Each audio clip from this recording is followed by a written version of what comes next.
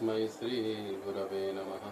श्रीचैतन्य मनोभीष्टं स्थापितं येन भूतले स्वयं रूप कदा मह्यं ददाति स्वपदान्तिकं। वन्देऽहं श्रीगुरौ श्रीयुतापदकमलं श्रीगुरून् वैष्णवांश। श्रीरूपं साग्रजातं सहगना रघुनाथान्वितं तं सजीवं साद्वैतं सावधूतं परिजनसहितं कृष्णचैतन्यदेवं श्रीराधा कृष्णपादां सहगना ललिता श्रीविशाखान्वितांश्च। नमः ओं विष्णुपादाय कृष्णपृष्ठाय भूतले श्रीमते भक्तिवेदांत स्वामिन् इति नामिने। नमस्ते सारस्वते देवे गौरवाणी प्रचारिणे निर्विशेष शून्यवादी पाश्चात्य देश तारिणे। जय श्री कृष्ण चैतन्य प्रभो नित्यानंद श्री अद्वैत गदाधर श्रीवासादि गौर भक्तविंद। हरे कृष्णा कृष्ण कृष्ण हरे हरे, हरे राम राम राम हरे हरे। आता इथून जायचं ना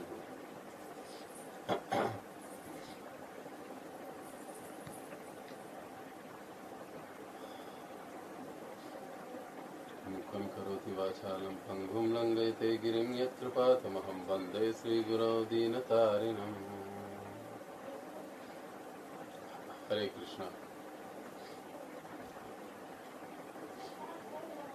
तो श्रील प्रभुपाद लीलामृत कथा में आज के 10वें दिन में आप सभी भक्तों का हार्दिक स्वागत है।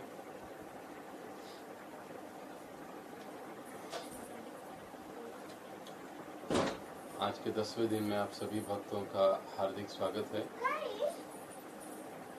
आज हम चर्चा करने वाले हैं प्रभुपाद जी की उस संघर्ष गाथा को सुनने वाले हैं जो कि दिल्ली में रहकर उन्होंने किया। ये श्रील प्रभुपाद जी के जीवन का यानी प्रचारक के रूप में जो उनका जीवन था, जहाँ तक मैं समझता हूँ बड़ा ही कठिन समय था। लेकिन इस कठिन समय में भी श्रील प्रभुपाद जी बहुत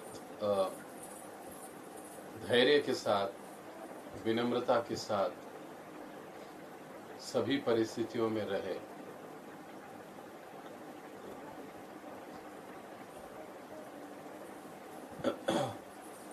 यह जो सारा अध्याय है जिसका नाम है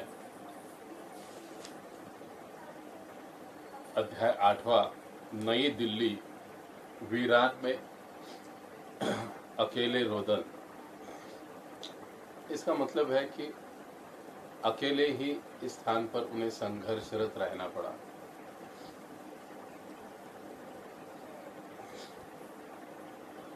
अब जैसे कि कल हम सुन रहे थे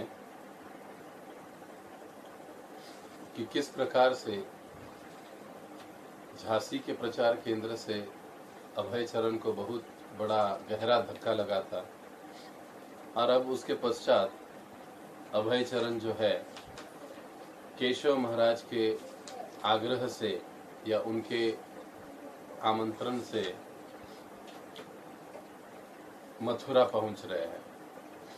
लेकिन उसके पहले, जैसे कि हर रोज हम आरंभ करते हैं, इस पूरे अध्याय में श्रील प्रभुपाद जी के विशेष दिव्य गुणों का हमें दर्शन होगा। और ये जो गुण है उसमें से पहला गुण है कि एक जो वैष्णव होता है वो अपने आप को गुरु और भगवान के हाथ की कठपुतली मानता है। अपितु मानता नहीं, बल्कि उसका व्यवहार भी वैसे होता है। कई बार हम लोग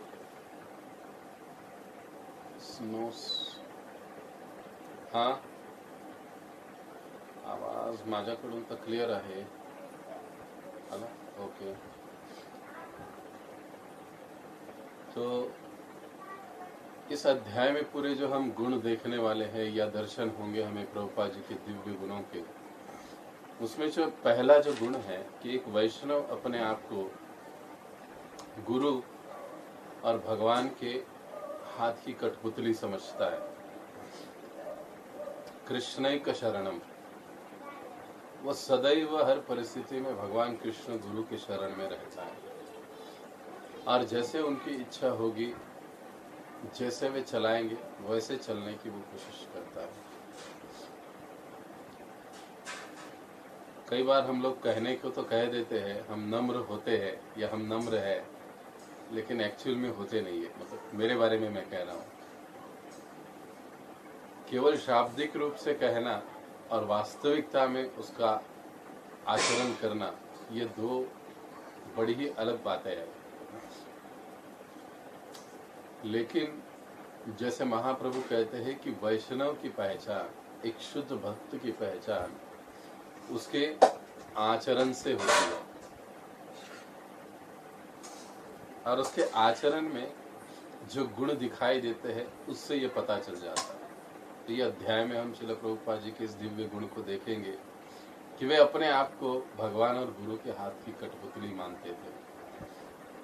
दूसरा जो गुण हमें इस अध्याय में दिखाई देता है कि एक जो वैष्णव होता है, एक जो भक्त होता है, वो सभी के साथ, चाहे भक्त हो, अभक्त हो, गुरु भाई हो, वरिष्ठ हो, कनिष्ठ हो, मध्यम हो, हर व्यक्ति हर जीव के साथ बड़े ही विनम्रता के साथ रहता है और हर एक के साथ सम्मानजनक रीति से पेश आता है। मतलब हर एक को सम्मान करता है।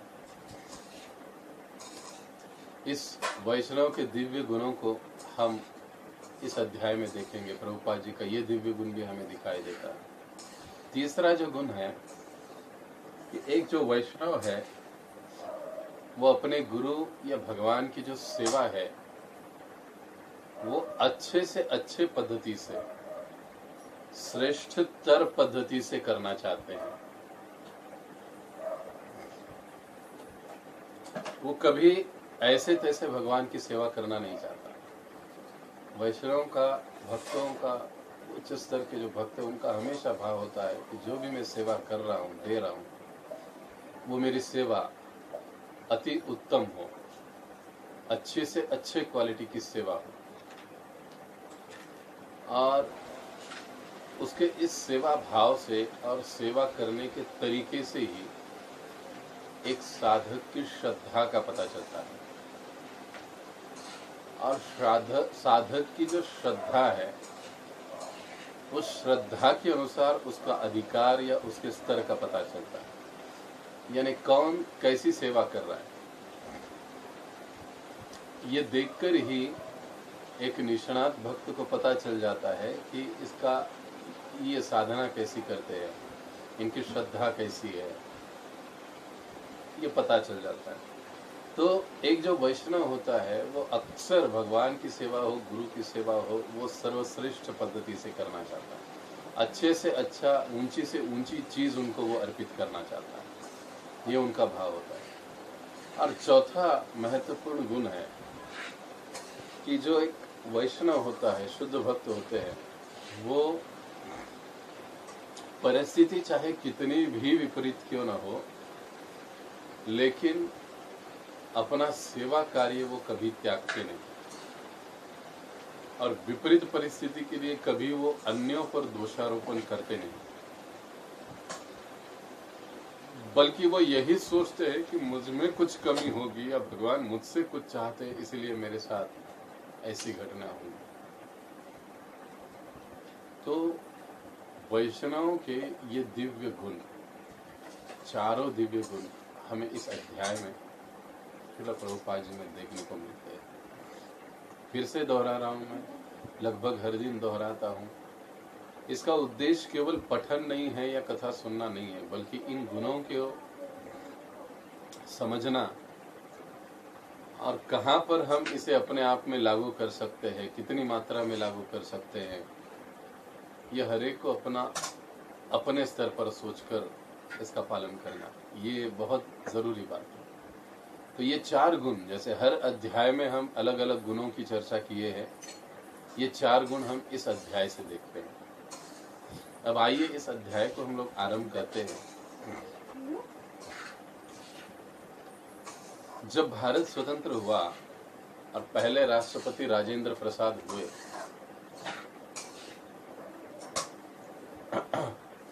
तो राजेंद्र प्रसाद को अभय चरण ने यानी प्रभुपाद जी ने पत्र लिखा। पत्र लिखने का उनका उद्देश्य ये था कि राजेंद्र प्रसाद जो है वो आध्यात्मिक प्रवृत्ति के हैं और शिक्षक हैं, कम से कम वो तो मेरी बात या इस कृष्ण भावना की महत्ता को समझेंगे। इस दृष्टि से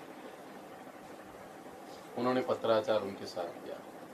हम पिछले 2-3 अध्यायों में देखते आए हैं कि श्रील प्रभुपाद हर उस व्यक्ति से पत्राचार करते हैं जहां पर उन्हें थोड़ी सी भी आशा दिखाई देती है कि हाँ, ये व्यक्ति थोड़ा धार्मिक है, थोड़ा आध्यात्मिक है, हो सकता है मेरी बात सुनेगा।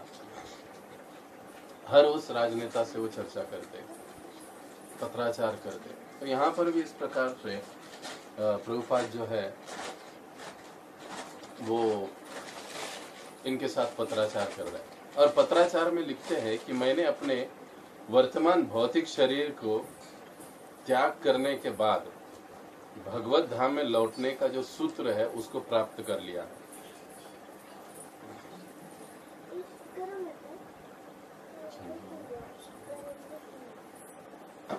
जो सूत्र है वो मैंने प्राप्त कर लिया है। संसार के अपने सभी समकालीन स्त्री पुरुषों को ले जाने के उद्देश्य से मैंने अपना पत्र बैक टू गॉडहेड तैयार किया है। कृपा करके मुझे कोई चमत्कारिक या पागल व्यक्ति न समझना। जब मैं कहता हूं कि अपने भौतिक वर्तमान शरीर का त्याग करने के बाद मैं भगवान के धाम लौट जाऊंगा, तो यह हर एक के लिए और सब के लिए बिल्कुल संभव है। देखिए इस पत्र से कितना विश्वास प्रकट होता है प्रभुपाद जी का कृष्ण भावना की विधि में और भगवत धाम लौटने के संबंध में। ये विश्वास अत्यंत आवश्यक है आध्यात्मिक जीवन में, कृष्ण भावना में प्रगति करने के लिए। अब जब झांसी के केंद्र को प्रभुपाद जी ने छोड़ दिया तो वे सीधा मथुरा पहुंचे और केशव महाराज जी का जो मठ है उसको ढूंढ निकाला। लेकिन इस समय जो केशव महाराज थे वो अपना मठ बनाने में और स्थापित करने में लगे हुए थे। अभय जो कि बंगाल से भगवान चैतन्य की जो मूर्ति लेकर आए थे, उस मूर्ति को भेंट किए केशव महाराज को। और केशव महाराज ने प्रार्थना की अभय चरण से कि कृपया आप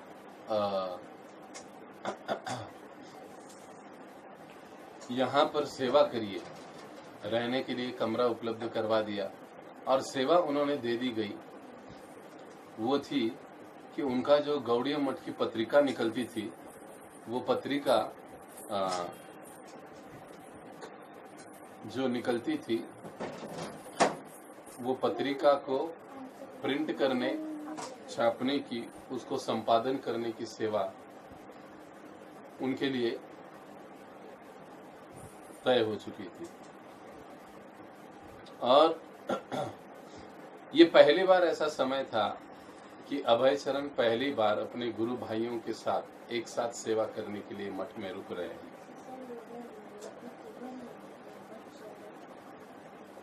अभय एक वरिष्ठ और अनुभवी भक्त होने के नाते जहां पर भी जाते उनको प्रवचन का मौका मिलता, उनको प्रशिक्षण देने का भक्तों को मौका मिलता, चाहे वो शिक्षित हो, अशिक्षित भक्त हो, ब्रह्मचारी वहां के, भक्ति के विषय पर सभी को अभयचरण मार्गदर्शन करते।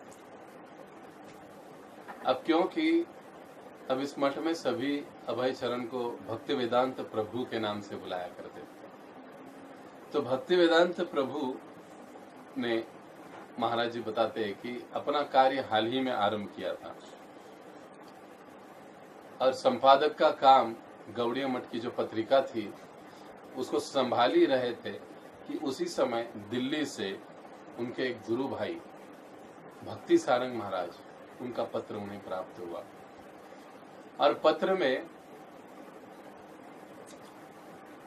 वे आग्रह कर रहे थे भक्ति वेदांत प्रभु से कि कृपा करके आप दिल्ली आइए और दिल्ली में जो हमारा मठ है वहां पर रुकिए और जो हमारी पत्रिका है सज्जन तोषणी, उसके आप संपादक बन जाइए। अब ये जो पत्रिका थी सज्जन तोषणी, इससे अभयचरण को, भक्ति वेदांत स्वामी को काफी प्रेम था और संपादक की सेवा भी उन्हें काफी प्रिय थी।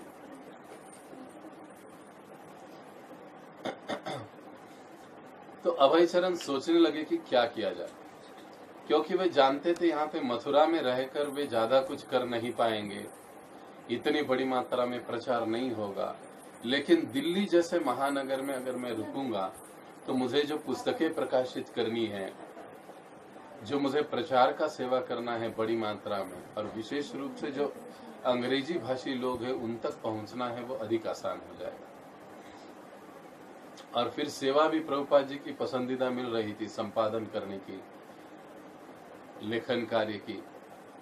तो वे सोचने लगे कि क्यों ना वहां पर चला जाए। और अब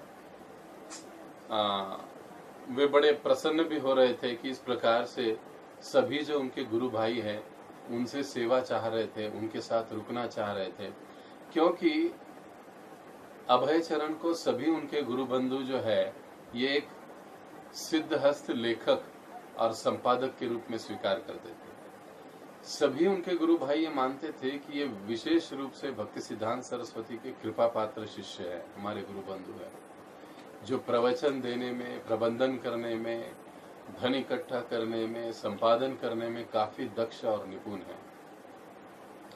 तो सभी उनको चाहते थे।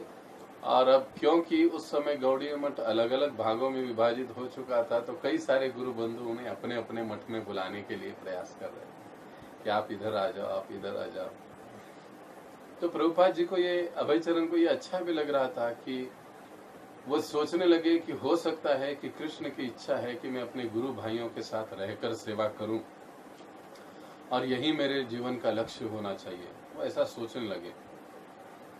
इसी बीच झांसी से जो उनको बहुत ही तगड़ा अनुभव हुआ था, झटका लगा था, वो यादें अभी ताजी थी। वे समझ नहीं पा रहे थे इस स्थिति में कि कृष्ण उनका उपयोग कैसे करना चाहते हैं, उनके गुरु उनका उपयोग कैसे करना चाहते हैं। लेकिन अब उनको ऐसे लगने लगा कि इस सवाल का जवाब मेरे गुरु भाई मुझे दे रहे हैं। कोई मुझे संपादन की सेवा दे रहा है, कोई मुझे प्रबंधन के लिए बुला रहा है। तो इस प्रकार से वो सोचने लगे और वहां पर रुकने लगे। लेकिन कई स्थान पर अभयचरण ये भी सोचते थे कि इन गुरु बंधुओं के साथ रहना कोई आसान बात नहीं है, बल्कि प्रबंधन की परेशानियां, आपसी मतभेद की परेशानियां, ये सारी चीजें, बातें जो है उन्हें अक्सर परेशान करती रहेगी। और इस कारण, यही कारण था, भक्ति सिद्धांत सरस्वती ठाकुर जानते थे। इसलिए कई बार जब उस समय जब भक्ति सिद्धांत सरस्वती ठाकुर थे, तो उस समय कई सारे शिष्यों ने प्रार्थना की थी अपने गुरु से कि भक्ति सिद्धांत सरस्वती से कि आप अभय को कहिए कि वो किसी एक दो मंदिर का जिम्मेदारी संभाले, मठ की जिम्मेदारी, प्रबंधन देखे, वहां पर प्रचार करे।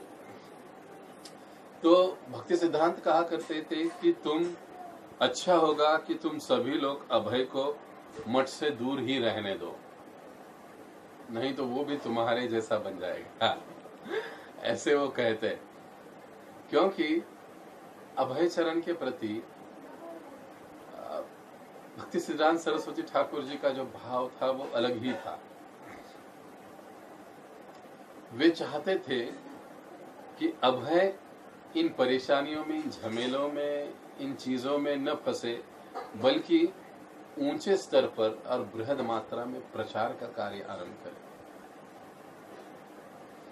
लेकिन अब ऐसे समय आया था भगवान कृष्ण की कृपा से कि उन्हें उन्हीं गुरु भाइयों के साथ रहना पड़ रहा था, क्योंकि अब उनके पास रहने के लिए कोई स्थान नहीं था, वापस घर लौटने की तो कोई गुंजाइश ही नहीं थी। तो अब करे तो क्या करे? अब यहीं पर किसी मठ में आश्रित होकर, गुरु भाइयों के साथ आश्रित होकर, उनके साथ प्रेम से रहकर उन्हें अपना प्रचार कार्य आगे बढ़ाना। और चूंकि अब अभय को भी सज्जन तोषणी का संपादक बनना था, तो उन्होंने केशव महाराज से चर्चा की और एक उपाय, एक ऑप्शन, पर्याय ढूंढ निकाला कि मैं आपके पत्रिका का भी संपादन पत्राचार के द्वारा करता रहूंगा, लेकिन फिलहाल मैं दिल्ली जाना उचित समझता हूं, क्योंकि यदि मैं दिल्ली चला गया तो दिल्ली में मैं अपनी जो कुछ पुस्तकें हैं उसको भी छपवा सकूंगा और सज्जन तोषणी के लिए उनको भी मैं मदद कर पाऊंगा। तो केशव महाराज जी कहने लगे कि ठीक बात है, आपका भाव अच्छा है, आपकी इच्छा भी बड़ी उपयुक्त है, लेकिन आप हमें भूल मत जाना। इस प्रकार से केशव महाराज कहने लगे और फिर उनको जाने की अनुमति मिल गई। तुरंत ही यहाँ पर भक्ति सारंग महाराज के जो सचिव थे उस समय, रामानंद प्रभु, तो रामानंद प्रभु के द्वारा एक पत्र उन्हें प्राप्त हुआ, जिसमें बड़े ही विस्तार के साथ उन्हें मार्गदर्शन या सूचनाएं दी गई थी कि उन्होंने उस पत्र में लिखा था कि कैसे कम से कम खर्चे में उन्हें मथुरा से दिल्ली आना चाहिए। तीसरे दर्जे की टिकट उन्होंने दे दी थी, बुकिंग करवा दी थी ट्रेन का। उसके बाद उन्होंने उसी पत्र में उनको कहा कि देखो, स्टेशन पर उतरते ही आप तांगा करोगे, लेकिन स्टेशन से आने वाले जो तांगे होते हैं वो ज्यादा पैसा लेते हैं, और इसीलिए आप क्या करो, स्टेशन से बाहर निकलो, और बाहर जैसे ही आप निकलोगे तो करीब आपको दाहिनी ओर 100 मीटर चलते आना पड़ेगा, और वहां से अगर आप पकड़ोगे, तांगा लोगे, तो वो मात्र आपको 1 रुपया 12 आने में मिल जाएगा, और इससे अधिक पैसा आपको देना नहीं चाहिए। और मैं ये कहता हूँ कि 1 रुपया 12 आना देने से भी अच्छा है अगर आपके साथ यदि कोई और सवारी मिल जाती है तो वो सवारी आप अपने साथ ले लीजिए, ताकि इससे भाड़ा बच जाएगा, आधा हो जाएगा, और इस प्रकार से आप हमारे आश्रम तक पहुंच सकते हैं। जैसे ही आपका तांगा हमारे आश्रम में पहुंचेगा, हम यहाँ से उनको भाड़ा दे देंगे, किराया जो है तांगे का वो हम लोग दे देंगे। इस प्रकार से जब पत्र प्राप्त हुआ तो अभय चरण चल दिए दिल्ली की ओर। दिल्ली पहुंच गए, और जैसे मठ में पहुंचे तो मठ में उन्होंने देखा कि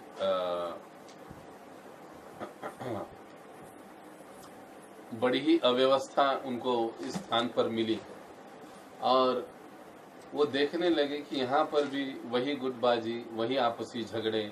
गुरु महाराज यहाँ पर, भक्ति सारंग महाराज यहाँ पर नहीं रहते थे, वो बंगाल में रुके हुए थे अपने मठ की स्थापना के उद्देश्य से, वहां पर नए मठों का प्रयास चल रहा था। लेकिन यहाँ पर जो बातें हो रही थी, चल रही थी, ये बड़ी ही विचित्र थी। भक्त लोग आपस में लड़ रहे थे, अपने कर्तव्यों की जिम्मेदारियों की उपेक्षा कर रहे थे, और जिसके कारण फिर फंड कलेक्शन भी नहीं हो पा रहा था, प्रचार भी ठीक से नहीं हो पा रहा था, और प्राय जो भक्त लोग थे वो प्रशिक्षित नहीं थे।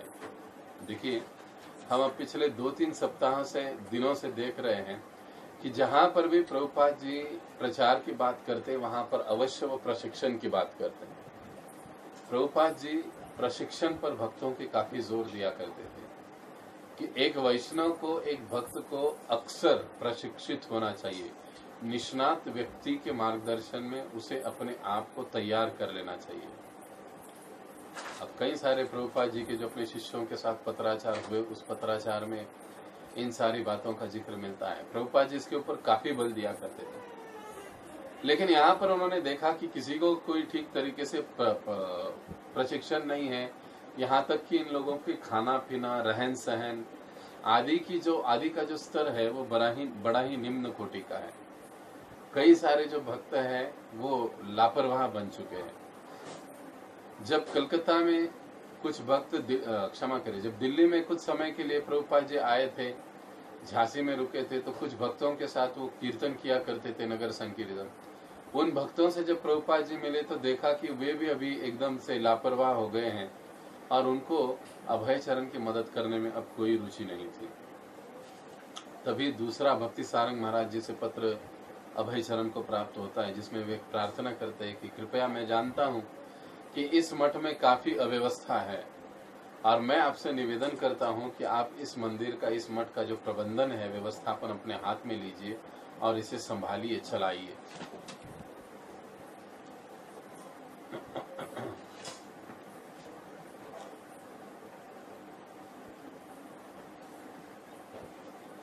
तो इस प्रकार से अभय चरण जो है वो इस विषय पर सोचने लगे।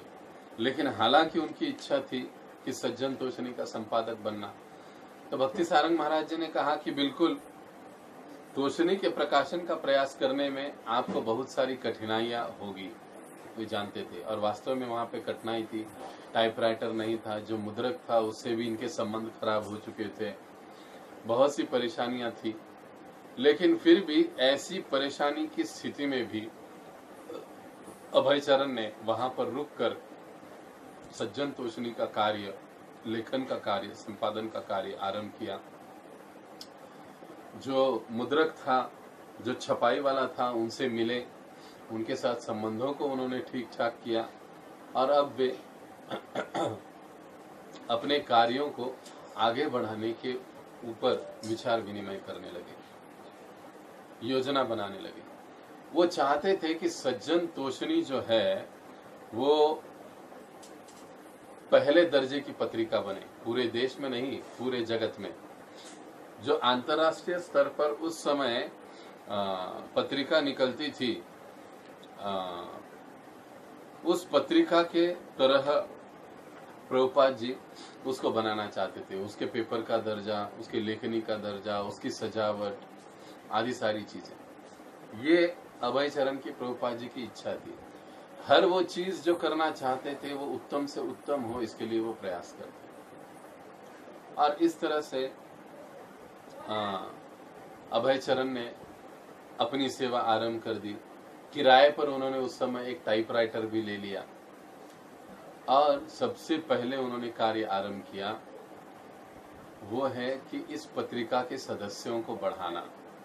क्योंकि जब तक सदस्य संख्या नहीं बढ़ेगी, लक्ष्मी नहीं आएगी, और लक्ष्मी नहीं आएगी तब तक प्रकाशन का कार्य ठीक से हो नहीं पाएगा, ये वो जानते हैं। किसी भी कार्य को संपन्न करने के लिए अर्थ की आवश्यकता तो होती है, लेकिन वो अर्थ सुचारू रूप से हो और उसका विनियोग सही रूप से हो, इसके लिए प्रभुपाद जी काफी दक्ष और कठोर रह रहे हैं।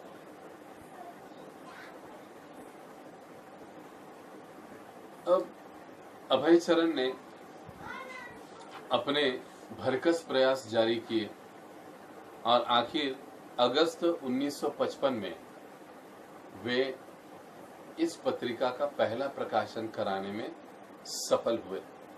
क्योंकि लगभग 1944 से ये पत्रिका का कार्य रुका हुआ था, बीच में आरंभ हुआ फिर रुक गया। अब 1955 का समय आ गया, लेकिन अब इतने अंतराल के बाद, कठोर परिश्रम के बाद अगस्त में इसको प्रकाशित होना था, लेकिन फिर गड़बड़ हो गई।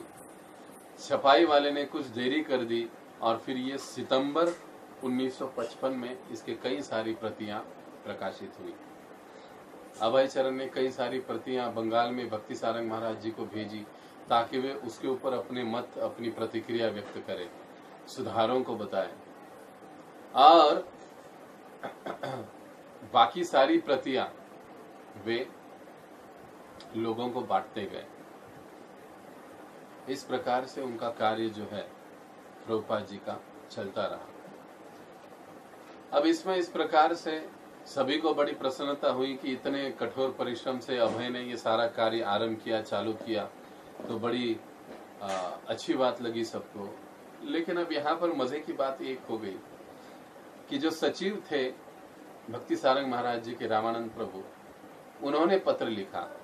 भक्ति सारंग महाराज जी का कोई जवाब नहीं आया, लेकिन उन्होंने, उनकी ओर से सचिव थे तो पत्र आया, और पत्र में कई सारी खामियां अभय चरण के बारे में दिखाई गई थी कि आपको ऐसे छापना था, आपने ऐसे नहीं किया, वैसे नहीं किया, और आपने कई सारी सजावट में बदलाव किए हैं। क्योंकि अभय चरण के विचार जो होते थे वो काफी वास्तववादी होते थे। आज लोगों को क्या पसंद आएगा, इस हिसाब से वो देने का प्रयास करते थे। और यहीं पर थोड़ी सी जो मतभेद का आरंभ मानो जैसे आरंभ हो गया। लेकिन जितनी सारी गलतियां बताई गई वो सारी गलतियां अभय चरण की नहीं थी, वो तो छपाई वाले की गलतियां थी। कहीं पर कुछ प्रिंटिंग मिस्टेक, कहीं पर कुछ हुआ, कहीं छपाने में गड़बड़ हो गई, कोई नाम ठीक से प्रिंट नहीं हुआ या दिखाई नहीं दे रहा, ऐसी कोई तकनीकी कमियां रह गई, लेकिन वो अभय के नाम पर चला दी गई। और बताया गया, अभय ने कहा कि देखिए, अगर हम इस प्रकार से चाहते हैं तो आपको चाहिए कि मुझे एक अच्छा सा टाइपराइटर आप दिलवा दो, ताकि मैं लिखे हुए को मुद्रित करके, टाइप करके मैं प्रकाशक को दे सकूं, ताकि वो अपना काम जल्दी कर सके और सही रूप से छप सके, ताकि इससे कोई गलतियां न रहें।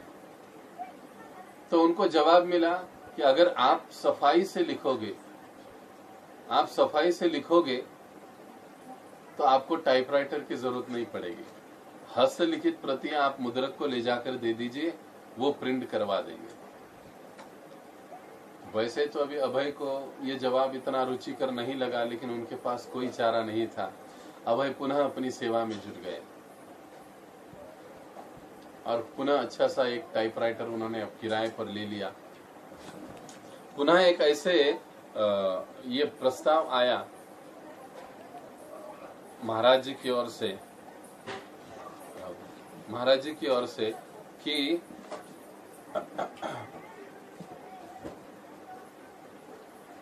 हम चाहते हैं कि ये जो छपाई का काम है ये बंगाल में, यहाँ पर कलकत्ता में हो।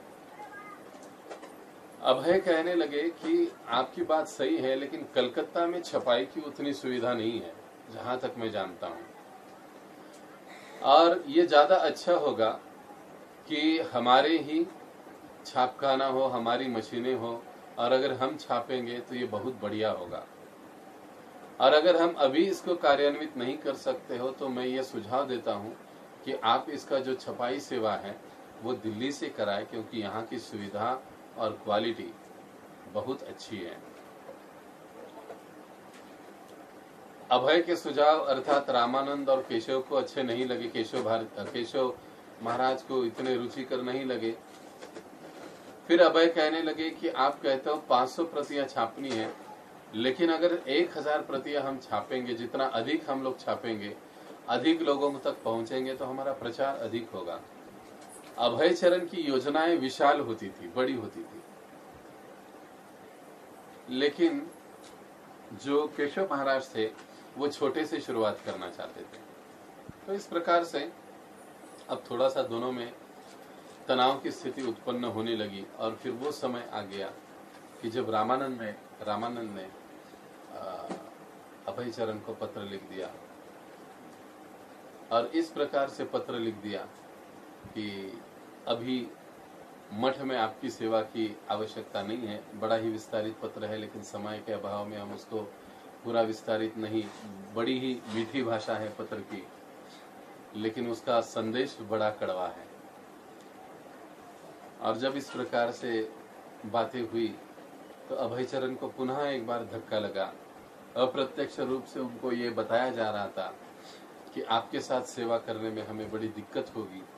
आप बहुत ही उच्च विचारों वाले और महत्वाकांक्षी व्यक्ति हो, आपकी योजनाएं बड़ी है और हम इसको वहन नहीं कर सकते। क्योंकि अभय चरण ने थोड़ी सहायता भी मांगी थी केशव महाराज से कि मेरे जो ग्रंथ है वो ग्रंथ मैं प्रकाशित करना चाहता हूँ, जैसे कि चैतन्य चरितामृत, 2000 पन्नों का, गीतोपनिषद 1200 पन्नों का, साइंस ऑफ डिवोशन 300 पन्नों का, लॉर्ड चैतन्य संकीर्तन एंड मूवमेंट ये लगभग 300 पन्नों का, मैसेज ऑफ गॉड हेड अंग्रेजी में ये भी 300 पृष्ठों का, और भगवानेर कथा बंगाली का ये पुस्तक, बंगाली भाषा में ये पुस्तक था, ये 50 पृष्ठ का। ऐसे इतने सारे बुक्स लिख कर हैंड रिटन अभय चरण के पास तैयार थे, और वो बहुत प्रयास कर रहे थे कि इसको छापे, लेकिन क्योंकि उनके पास कोई धन नहीं था, कोई सुविधा नहीं थी, तो स्वाभाविक रूप से उन्हें दान दाताओं पर या अपने गुरु भाइयों पर, मठों पर निर्भर रहना पड़ रहा था। लेकिन वहां से उनको कोई मदद जैसे चाहिए वैसे नहीं मिल पा रही थी। और जब 600 रुपए प्रकाशन के लिए मांगे गए तो उनके लिए भी उनको नकार दिया गया कि अभी हमारे पास इतना लक्ष्मी नहीं है, नहीं दे पाएंगे, आदि आदि। और अप्रत्यक्ष रूप से अभय चरण को सूचित किया गया कि अब आप स्वतंत्र रूप से अपना प्रचार कार्य आरंभ करें। प्रभुपाद जी दिल्ली में इतने बड़े शहर में पुनः अकेले हो गए। इसी बीच जब वो दिल्ली के मठ में थे, तब एक समय उनके पुत्र वृंदावन वहां पर आए और कुछ समय अपने पिता अभय चरण के साथ रहे, प्रकाशन में कुछ मदद की। अब अभय चरण का वापस जाने का तो कोई इच्छा नहीं था, सवाल ही नहीं था, वो वापस नहीं जाने वाले थे। और जब वृंदावन ने इस बात को देखा कि अब पिता की कोई इच्छा नहीं है,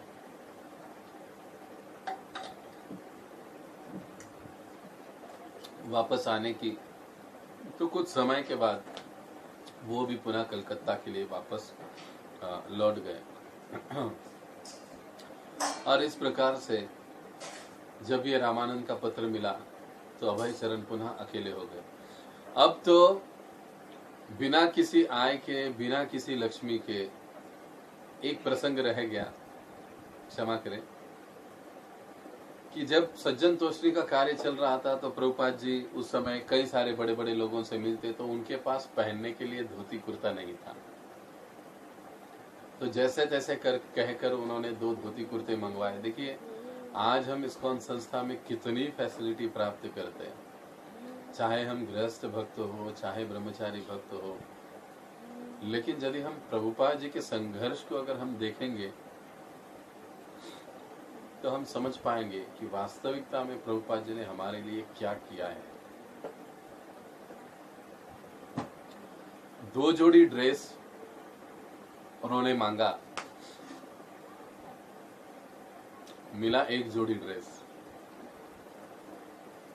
और जब अब जाने का समय आ गया तो उस समय 1 जोड़ी ड्रेस मिल गया, और उसी ड्रेस को लेकर अभय चरण निकल पड़े। इतने बड़े शहर में, दिल्ली जैसे शहर में, अब बिना किसी पैसे के, बिना किसी शरण के अभय चरण अकेले हो गए। अपने मित्रों के, पहचान वालों के घरों में वो रहने लगे, 2-4 दिन यहाँ, 2-4 दिन वहाँ, 2-4 दिन वहाँ, और जहां पर भी निमंत्रण मिलता प्रभुपाद अभय चरण वहां पर चले जाते, कथा कीर्तन करते, कुछ दिन तक रुकते, अपने पुस्तकों के लिए दान दाते ढूंढते, अपने पत्रिका के लिए दान दाता ढूंढते, लेकिन ये कार्य उन्होंने छोड़ा नहीं। ये जो दिल्ली में प्रभुपाद अभय चरण अकेले हो गए, ये सबसे कठिन समय था, क्योंकि अब ये ऐसा समय था कि प्रभुपाद जी के लिए खाने की मुश्किल थी, रहने की मुश्किल थी, क्योंकि बचपन से ही गौर मोहन ने अपने अभय को खाना पीना, कपड़ा आदि सब कुछ प्रचुर मात्रा में उनको उपलब्ध कराया था। लेकिन अब प्रभुपाद जी ऐसी स्थिति में थे कि दूसरे समय का खाना उन्हें कब और कहां मिलेगा इसकी कोई गारंटी नहीं थी। अगर कोई उन्हें बुलाता, उनके घर पे जाते, अगर किसी दिन अगर आमंत्रण नहीं मिलता तो ऐसे ही किसी मंदिर में आश्रय ले लेते, रात वहीं पर गुजारते, रेलवे स्टेशन में आश्रय लेते, वहीं पर रात गुजारते, लेकिन अपना जो पत्रिका है उसको चलाने के लिए, उसको छापने के लिए वो निरंतर प्रयास करते रहते। अनुदानकर्ताओं को वो ढूंढ रहे थे। अब इसी समय प्रभुपाद जी कई सारे बड़े बड़े लोगों से मिलते रहे दिल्ली में, अपना जो इच्छा है, कार्य है, उसको वो समझाते रहें। और दिल्ली में कई महीनों तक वो इसी तरह से रहे, इसके घर उसके घर, यहाँ पर इस स्थान, इस मंदिर, उस कभी रेलवे स्टेशन, कभी कहाँ। और वो हर एक व्यक्ति के पास जाकर अपनी पत्रिका बैक टू गॉड हेड का वितरण करते। वो कोई ऐसे विक्रेता नहीं थे कि वर्तमान पेपर ऐसा कहीं एक स्थान पर बैठकर चिल्लाते, बल्कि वो शांति से सड़कों पर घूमते रहते हैं। जहां पर कोई व्यक्ति उन्हें अच्छा लगता, कोई चाय पी रहा है, कोई कहीं पर बैठा है, उसके पास जाते, उसको बताते, समझाते और उसको वो पत्रिका बेच देते हैं। उस समय वो पत्रिका कुछ 25 पैसा ऐसा कुछ उसका अमाउंट, अब मुझे ठीक से याद नहीं आ रहा है, से याद आएगा मैं कह दूंगा आपको। कुछ 25 पैसा ऐसा कुछ अमाउंट होता था और उतने में वो कुछ उनको वितरित कर देते।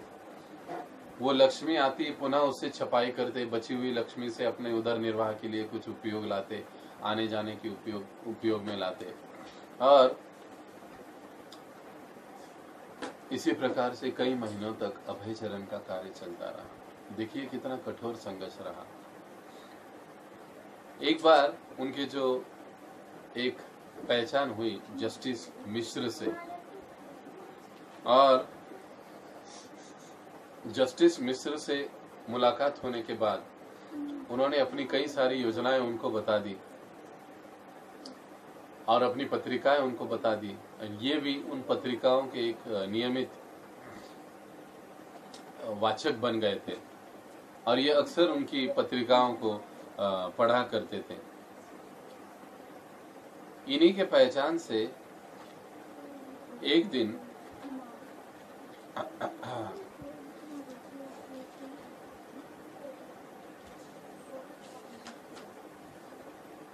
अभयचरण जो है वो एक भक्तों से मिलते हैं जिनका नाम था नारायण दास। हालांकि इनके साथ भी मुलाकात ऐसी हुई थी, किसी स्थान पर प्रभुपाद प्रवचन करने के लिए गए थे दिल्ली में ही। वहां पर उनकी मुलाकात किसी एक भक्त से हुई थी और उन्होंने उनको कहा था कि आप क्या कीजिए, आप नारायण दास से मिलिए जो फिलहाल बड़े बीमार हैं और हॉस्पिटल में हैं। वे आपको निश्चित सहायता करेंगे। क्योंकि वहां पर प्रभुपाद जी का जो प्रवचन हुआ उससे कई सारे लोग प्रभावित हुए। नारायण दास से प्रभुपाद जी मिले, उनकी बातों को सुनकर, उनके प्रवचनों को, उनके लेखों को पढ़कर वो बड़े भाव विभोर हो गए और उन्होंने एक लेटर दिया कि आप सभी को चाहिए कि इनकी सहायता कीजिए। तो अभयचरण कई बार उस पत्र लोगों को दिखाते और कहते कि आप सहायता कीजिए, कई सारे लोग मेरे कार्य की सराहना कर रहे हैं, कृपा करके आप सहायता कीजिए। और इस प्रकार से अपने पत्रिका को आगे चलाने के लिए दिन रात प्रभुपाद को संघर्ष करना पड़ा।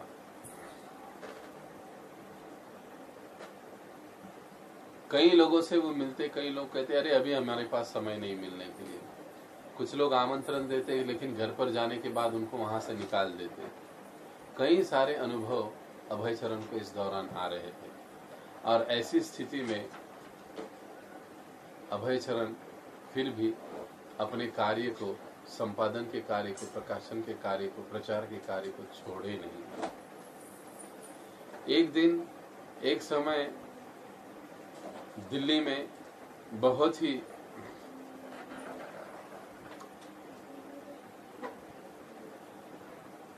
कड़ी धूप का मौसम था, लोग धूप में बाहर नहीं आ पा रहे थे।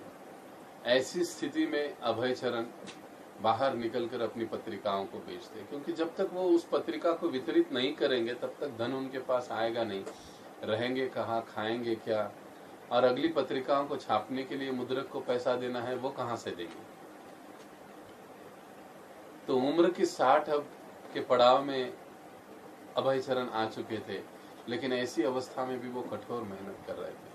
और फिर एक समय इसी प्रकार से पत्रिका बांट रहे थे, कड़ी धूप थी बाहर। उस समय इतना धूप होता था कि लोग अपने दुकान सब कुछ बंद कर देते, दोपहर के समय बाहर कोई निकलता नहीं था। लेकिन प्रभुपाद जी इस समय में भी अपनी पत्रिका को बेचने के लिए, वितरित करने के लिए निकल पड़ते। एक दिन यकायक रास्ते से चलते चलते उनके पैर लड़खड़ाने लगे और लू लगने के कारण, धूप के कारण वहीं पर रास्ते में अभयचरण बेहोश मूर्छित हो गए। उनके थैली में अपनी सज्जन तोषनी बैक टू गॉड हेड की कई प्रतियां थी। अब अर्थात स्वाभाविक रूप से पास तो कुछ पैसा नहीं था, कुछ नहीं था। उसी समय उनके जो एक मित्र जिनसे उनकी मुलाकात दिल्ली में हुई थी, वो गाड़ी से जा रहे थे। उन्होंने देखा अभयचरण को, अरे ये स्वामी यहाँ पर मूर्छित पड़े हैं। तुरंत वो गाड़ी से उतरे, उनको वहां पर उठाया, वहां से हॉस्पिटल लेकर गए। डॉक्टर ने दवाई किया, इंजेक्शन कुछ किया और कहा कि इनको लू लगने के कारण ये सारी दिक्कत आई है, तो इनको अभी कुछ समय के लिए आराम करना चाहिए। और फिर उस समय प्रभुपाद कुछ समय के लिए रुके वहां पर उनके घर में, और तभी प्रभुपाद जी की मुलाकात वहां पर सुरेंद्र जैन नामक एक बड़े ही मुद्रक से, छपाई करने वाले प्रिंटर से हो जाती है। और उनके साथ वो कई समय तक आदान प्रदान करते, अपनी पत्रिकाएं छापते, अपनी पुस्तकों को छापने की बात करते और वो छपाई करते। लेकिन ये इतने सुहृद व्यक्ति थे, ये सुरेंद्रनाथ जैन लिखते हैं कि मैंने स्वामी जी को कभी भी लोभी रूप में या अन्य रूपों में देखा नहीं, जैसे कि अन्य साधुओं को देखता हूँ। बड़े विनयशील, प्रेम पूर्वक बातें करने वाले, सहनशील और बड़े ही मतलब लज्जा को धारण करने वाले थे। वो तड़के सुबह ही मेरे ऑफिस चले आते थे मुद्रण देखने के लिए। तब मैं कहता कि स्वामी जी आपने कुछ नाश्ता किया है, अर्थात उनके रहने का ठिकाना नहीं था। तो सुरेंद्र जैन कहते वो नाश्ता कहाँ से करते, लेकिन फिर भी मैं जानबूझकर उनसे पूछता। वो कहते नहीं नहीं ठीक है, मैं तो जल्दी यहाँ पर मुद्रण देखने के लिए आया हूँ, क्योंकि आपका कार्य आरंभ होने के बाद फिर मेरा व्यत्यय आपको न हो, इसके लिए मैं जल्दी आया हूँ। तब सुरेंद्रनाथ कहते कि ठीक है कोई बात नहीं, आप एक काम करिए कि मैं आपके लिए नाश्ता मंगवाता हूँ, आप यहीं पर नाश्ता कर लीजिए और फिर अपना कार्य कर लीजिए। और फिर ये रोज का परिपाठ हो गया। सुबह बिना भूले सुरेंद्रनाथ जैन प्रभुपाद के लिए नाश्ता मंगवाते, उनके साथ बड़े ही प्रेम से व्यवहार करते, कई बातें होती दोनों में, और बड़े प्रेम के साथ उनकी मुद्रण की सेवा भी वो कर रहे थे। कई बार सुरेंद्रनाथ जैन लिखते हैं कि ऐसा प्रसंग होता था कि उनके पास देने के लिए पैसे नहीं थे, लेकिन अभयचरण उनके सामने हाथ जोड़ते, कहते मुझ पर आप विश्वास रखिए, मैं आपका एक पाई भी नहीं डुबोऊंगा, मैं उचित समय आने पर आपकी पाई पाई वापस लौटा दूंगा, कुछ समय मुझे दीजिए। तब अभयचरण की इस स्थिति को या स्वामी जी की स्थिति को देखकर सुरेंद्रनाथ के हृदय बड़ा ही भर आता, और उसके बाद फिर उन्होंने कभी उनसे लक्ष्मी नहीं मांगी। लेकिन वो कहते कि आखिर तो व्यवहार है, व्यापार है, पैसा तो मांगना पड़ता है। तो कई बार वो फिर हल्के से याद दिलाते कि स्वामी जी अब बिल काफी बढ़ गया है, उसका क्या करेंगे। तब स्वामी जी कहते हैं हाँ जल्दी ही मैं दे दूंगा, और उसके लिए फिर एक एक दानकर्ता को ढूंढते, दान जमा करते। जैसे ही दान जमा होता, सुरेंद्रनाथ लिखते हैं, बताते हैं, वो कहीं इधर उधर नहीं जाते, वो दान राशि लेकर वो सीधे मेरे पास आते थे और वो सारी दान की हुई जो लक्ष्मी है मुझे सौंप देते थे कि मुझे आज इतना ही मिला है, आप आपका बिल इससे चुकता कर लीजिए, बाकी का देख लो। तो कई बार सुरेंद्रनाथ कहते स्वामी जी आपके लिए कुछ रखिए, तो वो कहते थे मेरी चिंता तो कृष्ण कर लेंगे। लेकिन फिर भी उस समय सुरेंद्रनाथ कुछ लक्ष्मी उनके पास रख देते थे, क्योंकि अकेले रहते थे, उनका रहने का कोई व्यवस्था नहीं था। तो इस प्रकार से हम देखते हैं कि प्रभुपाद जी इस पूरे अध्याय में बड़े ही कठोर मेहनत के साथ अपने मिशन के लिए कार्य करते रहते हैं। और अब ये वो समय आ जाता है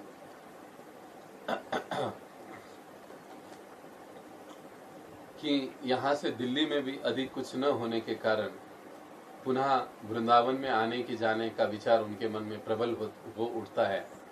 कुछ भागवतम का अनुवाद करना है, कुछ है। अब पुनः वो इस बात को सोच रहे, क्योंकि कुछ जिसको हम कहते हैं कि ठोस ऐसे कुछ बात अभी तक नहीं लग रहा था। अब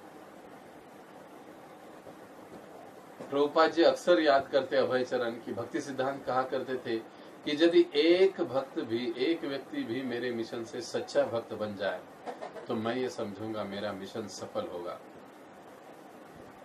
लेकिन अभय कभी कभी अपने आप को पराजित महसूस करते हैं कि वो सोचने लगते कि अरे मैं कितना छोटा हूँ, मेरे पास कोई सुविधा नहीं, ना मुझे कोई धन देने वाला, लक्ष्मी देने वाला है, मुझे सहायता करने वाला कोई नहीं,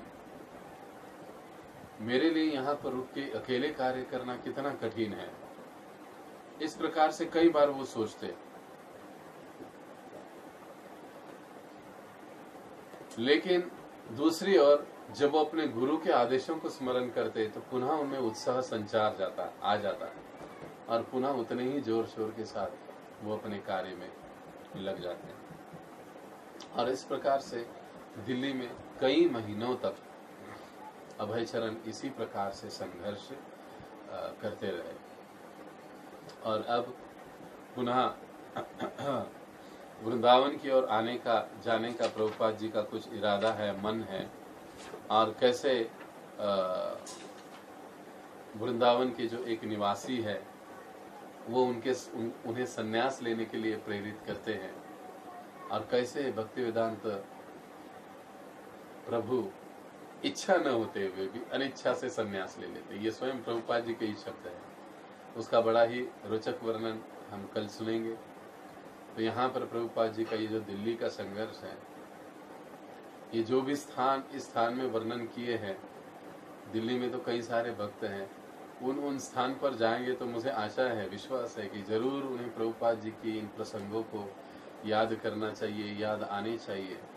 और जो प्रभुपाद जी ने हमारे लिए किया है और दिया है उसको याद रखते हुए हमें अपनी पूरी क्षमता के साथ कुछ न कुछ तो प्रभुपाद जी की संस्था के लिए, प्रभुपाद के लिए, अपने गुरु के लिए करने का प्रयास हमें जरूर और जरूर करना चाहिए, क्योंकि यही प्रभुपाद जी को अपनी परंपरा को प्रसन्न करने का सरलतम मार्ग है।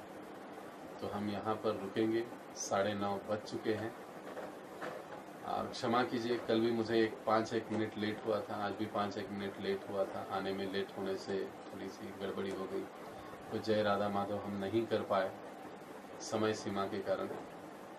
मैं प्रयास करता रहूँगा अपना पूरा कि समय पर आरंभ हो, लेकिन 4-5 मिनट अगर इधर उधर हो जाए तो आप सभी भक्त लोग मुझे माफ़ करेंगे, ऐसी मुझे पूरा विश्वास है। तो इसी शब्दों के साथ हम यहाँ पर विराम देते हैं। बहुत बहुत धन्यवाद। जगत गुरु श्रील प्रभुपाद की जय, अनंत कोटि वैष्णव वृंद की जय, सत्स्वरूप दास गोस्वामी महाराज की जय, श्रील प्रभुपाद लीलामृत की जय। बहुत बहुत धन्यवाद।